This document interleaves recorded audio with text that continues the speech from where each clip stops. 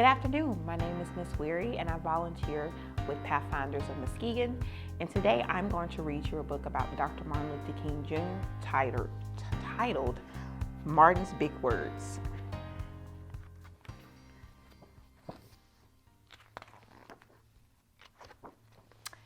Everywhere in Martin's hometown, he saw the signs, white only. His mother said these signs were in all southern cities and towns in the United States. Every time Martin read the words, he felt bad, until he remembered what his mother told him. You are as good as anyone.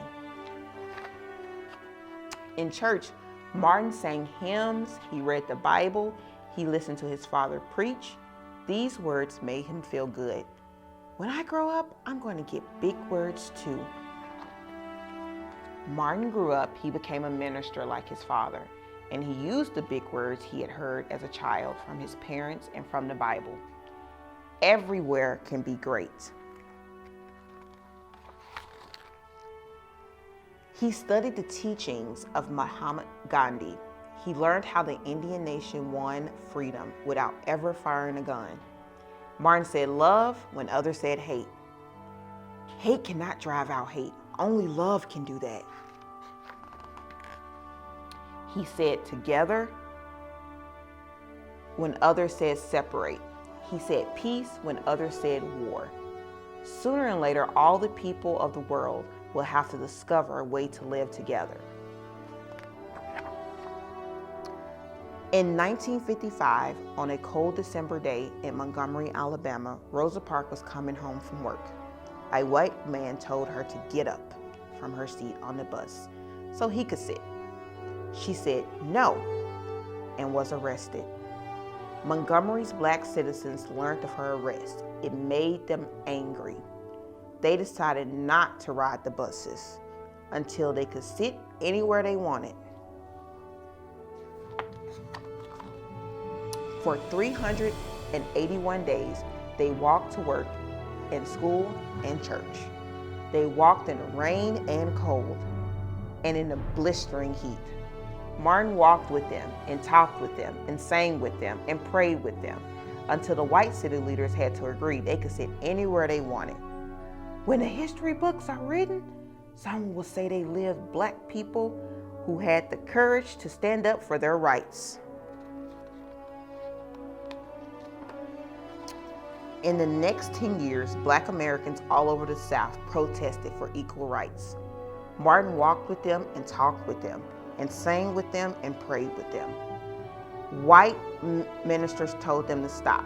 Mayors and governors and police chiefs and judges ordered them to stop, but they kept on marching. Wait, for the years I have heard the word wait. We have waited more than 340 years for our rights. They were jailed and beaten and murdered, but they kept on marching. Some black Americans wanted to fight back with their fist. Martin convinced them not to by reminding them of the power of love. Love is the key to the problems of the world. Many white Southerners hated and feared Martin's words. A few threatened to kill him and his family. His house was bombed. His brother's house was bombed, but he refused to stop. Remember, if I am stopped, this movement will not be stopped because God is with this movement. The marches continued. More and more Americans listened to Martin's words. He shared his dreams and filled them with hope. I have a dream that one day in Alabama, little black boys and black girls would join hands with little white boys and white girls as sisters and brothers.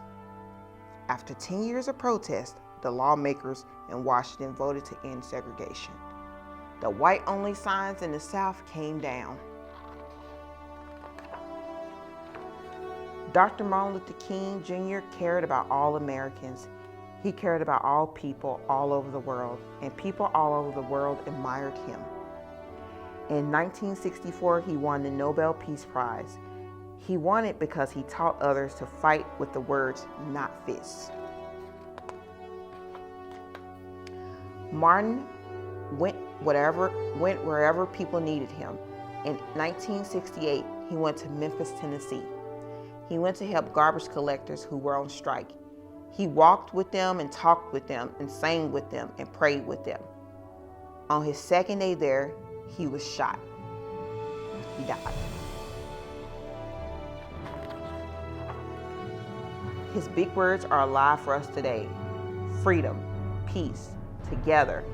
I have a dream. Love.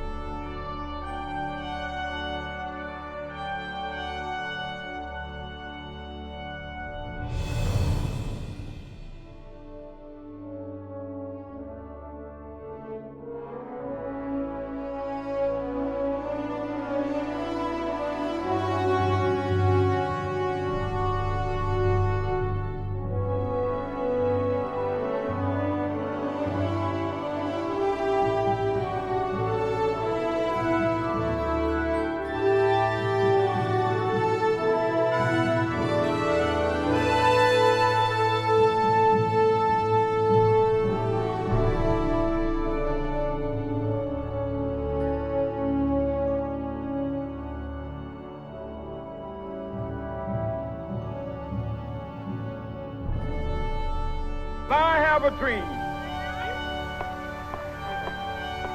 My 4 little children will one day live in a nation where they will not be judged by the color of their skin, but by the content of their character. I have a dream today.